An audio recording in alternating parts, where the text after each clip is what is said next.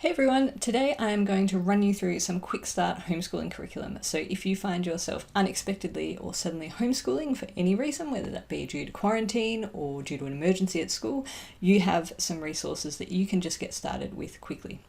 All right, so let's get started.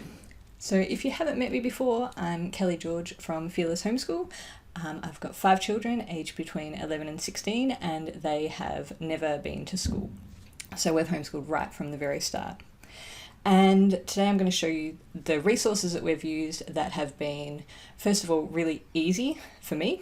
They don't require a lot of setup, that the kids have enjoyed, that have been academically rigorous and are basically really good, solid choices that are really well reviewed and that most people enjoy.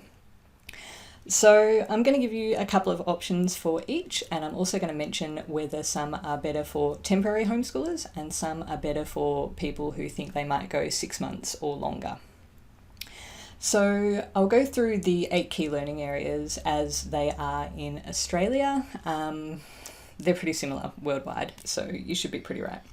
Now, I did make some downloads to go with this, so if you've got you suddenly find yourself at home, you've got to structure your time, structure your child's time. These will help you give a loose schedule to your days. So we don't do things like maths at 9 and English at 10 or anything like that. We have a to-do list for the week and then we have a rough rhythm. So on this one, you can write down the major things that you do every day, both in the morning, the afternoon, and the evening.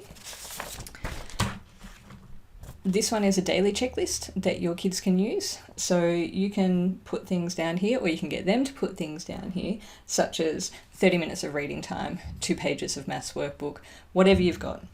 And they can tick it off as they go. And then down the bottom, it also talks about, so what went well today? So we're aiming here for more independent learning and better study skills. So they can answer questions like what went well today?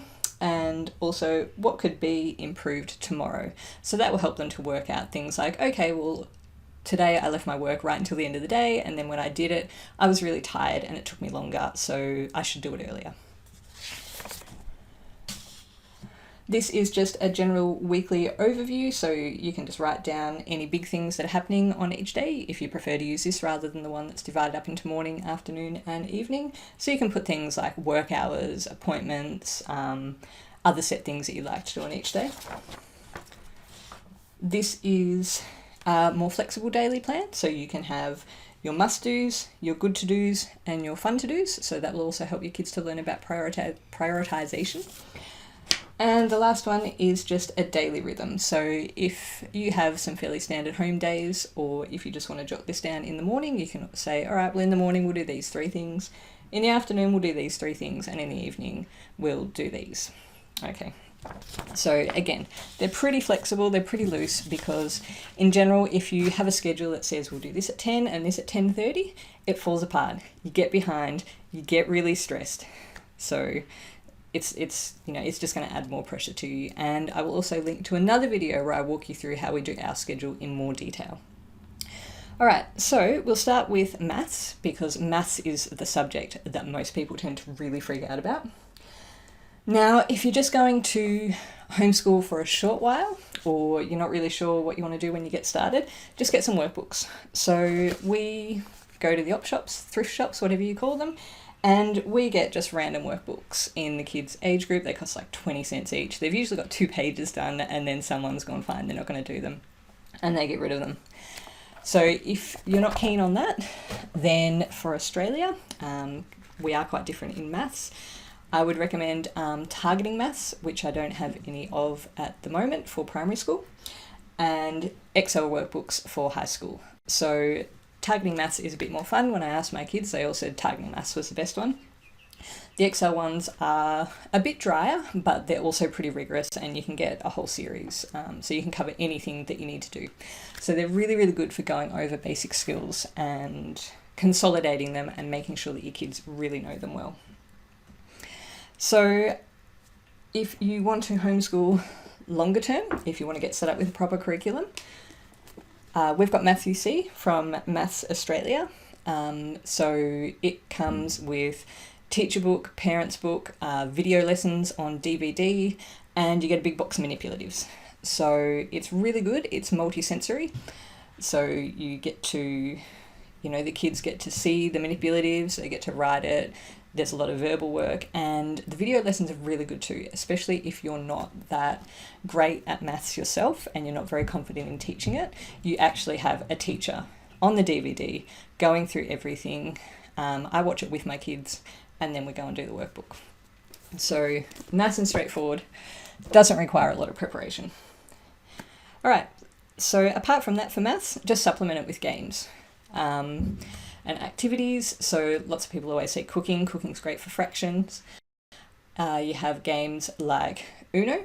Uno's really good, and especially if you score with it. So we do tournaments where we, we'll add up the points in the first person to get to 500. So the people who don't win each game have to add up their points and someone has to score. So that involves progressive adding.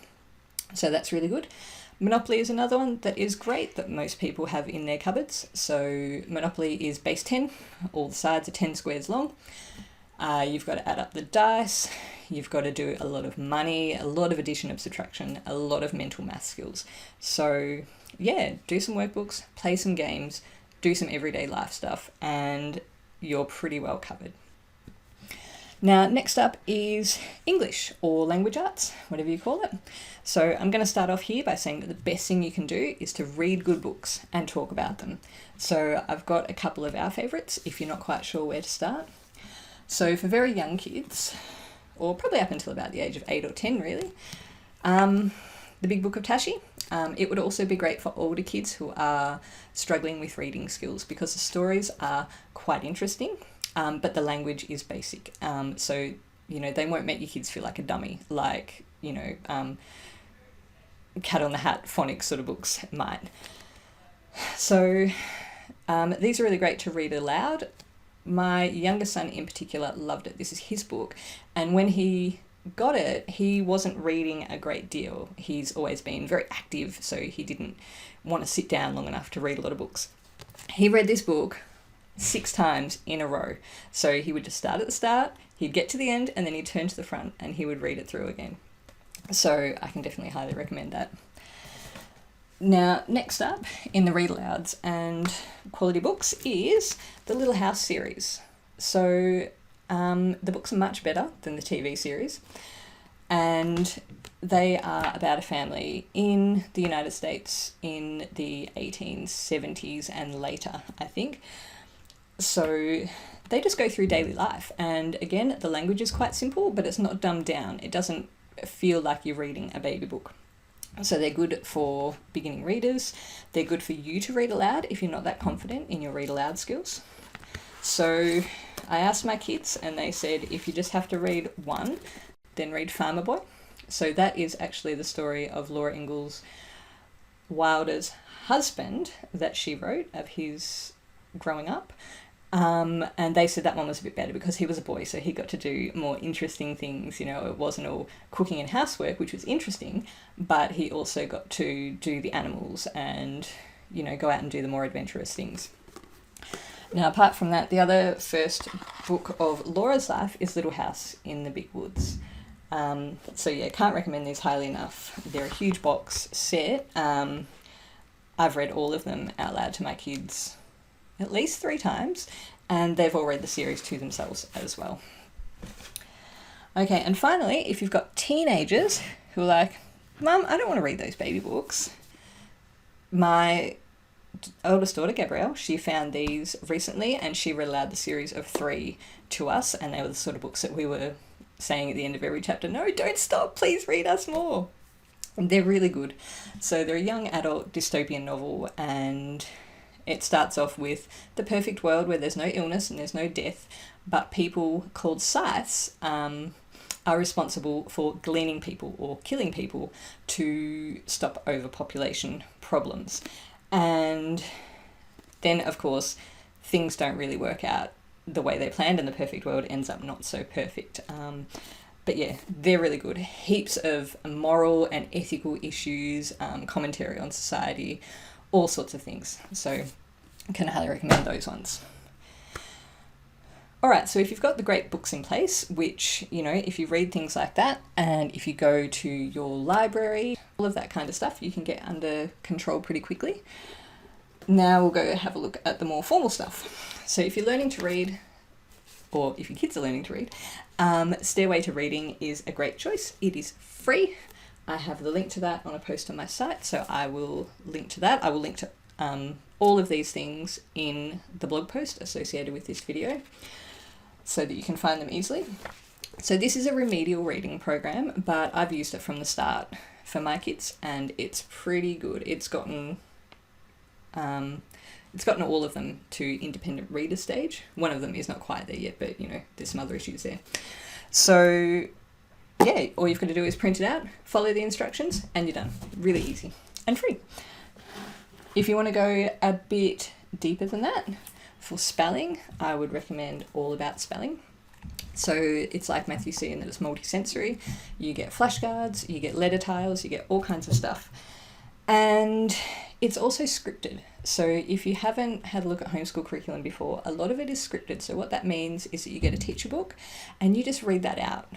And they do their workbook next to you, so you don't need to do lesson planning or preparing. You don't even know what you're going to need to teach for that lesson. You just open it up and you go. So that is really good.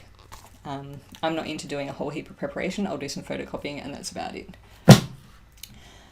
So next up, I've got another complete language arts curriculum, which is very badly bound.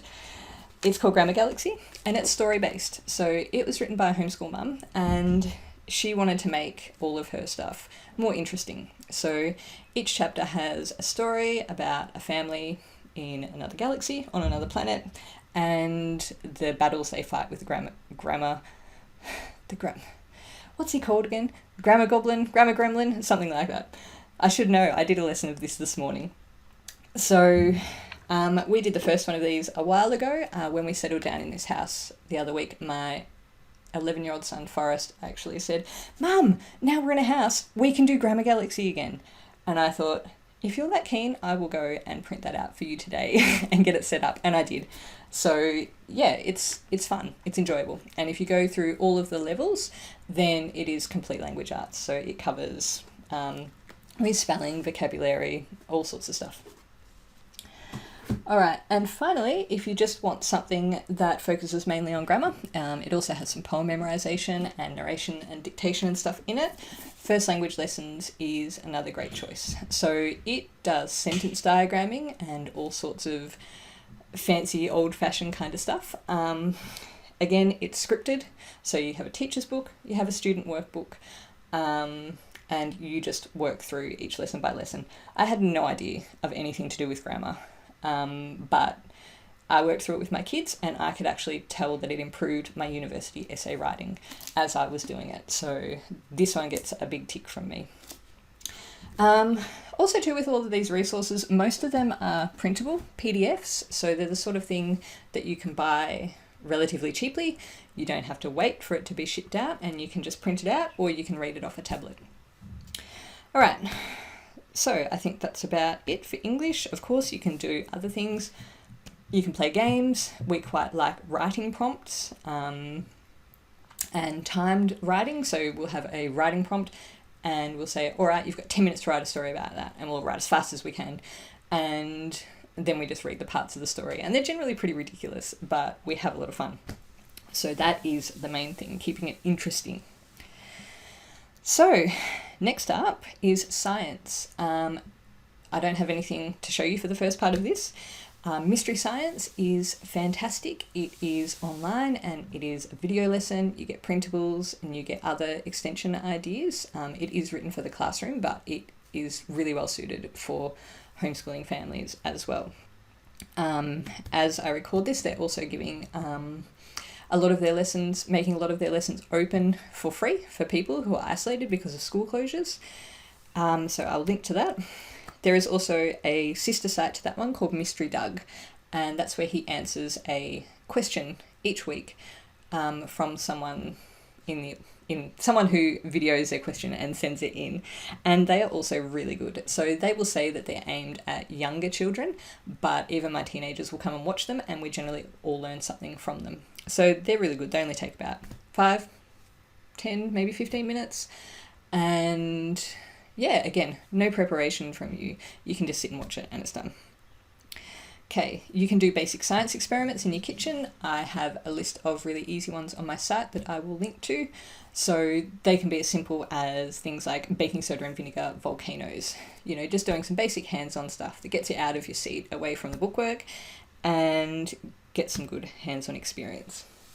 Now, the other thing that is really good for if you want more independent activities, so things where it doesn't require you to be sitting with your child for long periods of time, Kiwi Crates boxes.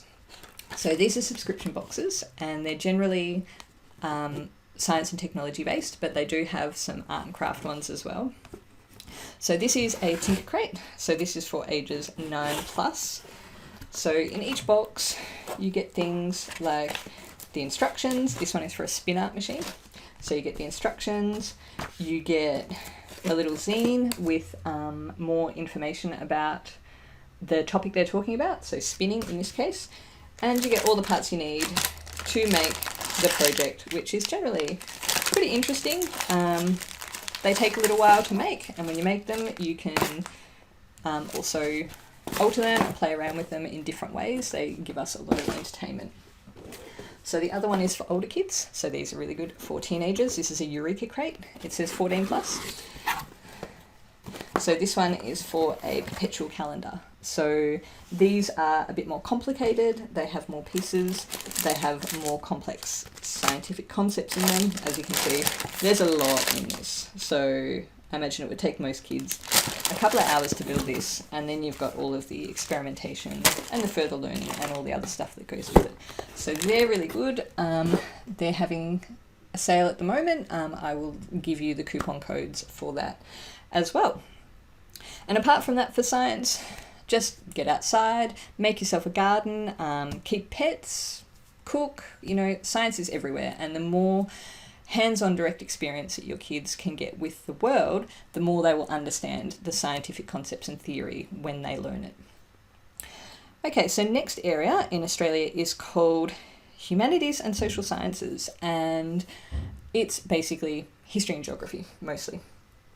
So I'll go through what we do for history.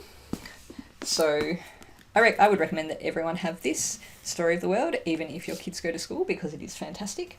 So again, you have a book. It has stories in it. Not stories, but more like narrative descriptions of the times. And then you get an activity book that has things like map work and colouring pages and craft activities and all of that. So you can do as much or as little as this as you like. The books also come in audiobook form. So again, it is something else that you can say, you know what, I've got to do some work today, or I'm going to go do the cooking. Here, have a colouring book, and I'm going to put on the Story of the World audiobook. And there you go. You know, you're learning and getting some time to yourself at the same time. Now for Australian history, I would just say, go to the library and see what they've got. Order them in. So we've got things like the Fair Dinkum Histories by Jackie French. There's everything. We just go to that section and we just read random books. And I think we've got a pretty good knowledge of Australian history, certainly much better than I did when I left school, considering I think I slept through most of my history classes, which I found really boring. But at home, I love history. So yeah, so that's fantastic. Now, geography is another topic that we do a lot of. So if you're looking to just getting started with something fairly soon, country study is a really good idea. So we do 2 countries a week, and first of all, we'll do the continent that they're on, write down the stats, and as we do each country, we'll colour it in on the continent map. And then for each country, we do a sheet where we'll put in facts and statistics, draw the flag, put in whatever we want. You know. So I do that with a mix of books. So the main one we're using at the moment is this. And you can get any book from your library that covers things like this, and you can just write your own sheet, basically. Doesn't take very long. I've been meaning to get this up on my website for a while, so maybe this will be the push that I need to get it up there for good. We also had a more complicated one. I think Forrest did this when he was about 8, so excuse the writing. and it had a lot more stats. So we generally get these from the CIA fact book. We write down the stats, we watch a couple of short YouTube movies about the country, generally some travel ones, and that's about it. So it's just to give us a general overview of the world. And I liked this one when I found it because it said tourist attractions, Jesus. So Forrest remembered the big statue of Jesus in Rio de Janeiro, I think. So I thought that was a bit funny. Okay, now if you want to get deeper into geography, then we do a curriculum also written by a homeschooling mum and a teacher who runs in-person workshops called Ellen McHenry, and she has a fantastic website with heaps of hands-on stuff. So this is from Mapping the World with Art. So this is what Forrest did the other week. He's 11, and we draw the maps basically. So you'll read a little bit about the history of map making and exploration, and then you'll draw a map. There's also lots of activities. There's cooking, there's craft, there's board games, there's all sorts of stuff in it. And again, you can do as many or as few of them as you like. But if you go and have a look at that one, make sure you have a look at everything on the site. There's heaps of really good freebies there, and all of her curriculum that we've tried so far has been fantastic. So we've also done the poetry book, excavating English. There's probably more, but I can't remember. We've played all the free board games. And the last thing I wanted to say about history and geography is just remember to get games and stuff. So I printed out some flags of the world and I put them on the lounge room wall, and just after I did that, my daughter broke both of her arms, and she was sitting on the couch a lot staring at these posters, and she started to memorize all of the flags. And then her twin sister started to go, well, if you know all this, I want to know all this too. And I bought them this game, and the two of them now at 15, you can show them any flag from anywhere in the world and they'll just say, oh, that's French Polynesia. So I don't know how useful a life skill that is, but they had a lot of fun doing it, and they play this game and use the cards all the time. So if you see an interest like that, just go and have a look. There's probably a game to do with it, and it will help you a lot. All right, so this is a bit of a cross-curricular thing. I wanted to include it because it's something that has been unexpectedly popular, and that is project books. So a couple of years ago, I remembered that when I was at school, I really liked the open-ended projects that we were allowed to do. So we only got a couple, but I loved it when the teacher would say, okay, you can do a project on the topic of your choice, you can present it however you want, go for your life. And I said to my kids, well, how about we start project books? And, you can research a topic and you can write some stuff down about it, and you can present it however you want, and you can put whatever information you want in there. They're not something that I'm going to sort of dictate or take control of. They're not going to be graded or anything like that. And they've been really popular. So they've covered lots of random things. So as an example, this is Rex's. He really likes how things work. So we've got a fire extinguisher here and a tap here. And Forrest has taken over this book now, and he's doing country studies. So we went on a big 8-month tour of Europe and Southeast Asia the other year, and he's going through every country that we visited, and he's doing a country study step by step. So again, this is just something that he's doing because he wants to do it, but there's lots of excellent learning happening there. Holly and Ash's project books are all about animals because that's pretty much all they're interested in. Not really, but if it's to do with animals, they'll do it. So you can see here that they're working on classification down one side, and they're putting in statistics and stuff on this side. So they're not big fans of drawing and artwork, so they just print pictures out. I don't care, whatever works for them. So this is, I don't actually know whose is whose. Their writing's pretty similar, and yeah, they are identical twins, and they do seem to do pretty identical work. So again, that's just another one the same. And this is Gabrielle's. She hasn't done hers for a while because she's moved on. She's been doing other things, but she was doing history-related stuff. So you can see there, this is about the Minoans, the Palace of Knossos, bull jumping, and she's got a timeline of the Minoans. She's always been really into ancient history. She was really obsessed with Rome there for a good few years. And there are also other pages in here, like sciencey pages. So she wrote about volcanic eruptions, the different types of volcanoes, and yeah, whatever else she was interested in. So again, she's drawn little pictures and stuff, mostly because she really likes artwork. So you can see there, you can cover a whole heap of things with that, and it's really good. So when your kids come to you and say, hey, what did Forrest say to me yesterday morning? How long is the Tour de France, and where does it go, and how's it all organised, and all of that, then that's something that I could suggest to him that he puts in his project book. All right, so now we've only got 3 areas left, and they're generally the somewhat less academic and easier to address areas. So art is one. So I find that pretty easy. Just do art and craft. Have supplies in the house. Do online tutorials. You can put on plays, play music, do whatever you like. So as some recent examples for us, Gabrielle quite likes doing artwork. So she's did this last week from a tutorial on YouTube. She did this a couple of months ago from a book that she got from the library. And this is something that she did out of her head. So she's completely self-taught. She's never had any lessons or anything like that. She just finds tutorials that she likes and she follows the instructions. And we give her the stuff and it all seems to work out pretty well. Now, like I said, Holly and Ash aren't particularly into drawing, but something that they have been absolutely obsessed with lately is paper models. So I found this website with lots of paper models and they started doing them, and then they found another one with like mega insane paper models, and they have a whole bedroom full of stuff like this now. So I've got a dragon here. This is a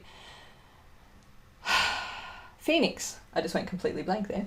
So this is a phoenix, and yeah, I just bought them a great big pack of 200 GSM card, and they just print them out and they keep going. They've got them all strung up from their ceilings in the bedroom. It's massive fire hazard, but they've been having an absolutely great time, so I really don't mind. All right, what else have we got left? So technologies. Technologies is really easy because we're surrounded by them all the time. So if your kids are using computers, they're using tablets, they're using cameras, all that kind of stuff, then generally you're pretty well set to cover technology.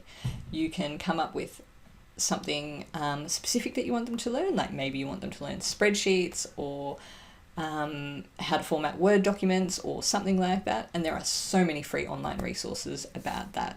There's absolutely no need to, purchase anything, just Google it. There's lots of instruction out there. And the last topic is health and phys ed. So for those, get outside into your backyard, crack out all the things that are under the house or in the shed, like your tennis rackets or badminton sets or your basketball, skipping ropes, whatever. Play games, talk about your bodies and food, talk about COVID-19, and obviously that's pretty related to health at the moment. Talk about your immune system, and there you go. You've got that pretty much covered. So, looking around at my piles here, I think I have covered everything. I hope that's been helpful to you. So, to finish up, I just wanted to say that if your kids have any interests, now is a really great time to let them run wild with them. So, if they have an interest in something, just start on it. Like, you don't need curriculum or structured lessons. You don't need teachers. If you're watching this, you have the internet. So, you have everything you need to learn about pretty much every topic. And if you just let those interests grow and develop, you give your kids control over where they take that, and you help them instead of dictating what they do, then they will probably go a long way with those. So if you use stuff like this for the core, and then you let them just go nuts with whatever else they want to do, generally they are really impressive. I've met so many homeschool kids who have just these really interesting interests and they know about them really, really deeply. They can talk about them all day and it's really fantastic to see. So I would definitely encourage you, no matter what the age of your kids, just to let them go. Encourage them to go and follow their interests, to do projects, to experiment, to break stuff and fail and all that, because that's all part of learning and that's okay, and just to keep going. And I think if you do that, then you will end up with some pretty surprising results. So yeah, I hope that was helpful. If you've got any questions about anything that I've put in here, then please just ask away in the comments, and share this with your friends who are unexpectedly homeschooling, who might need some help and reassurance that that it doesn't have to be completely overwhelming and that you can just get started really quickly. And best of luck. We have a great time doing this, and it's worked really well for us for a long, long time. So have a great time. Be positive and look after yourselves and your family.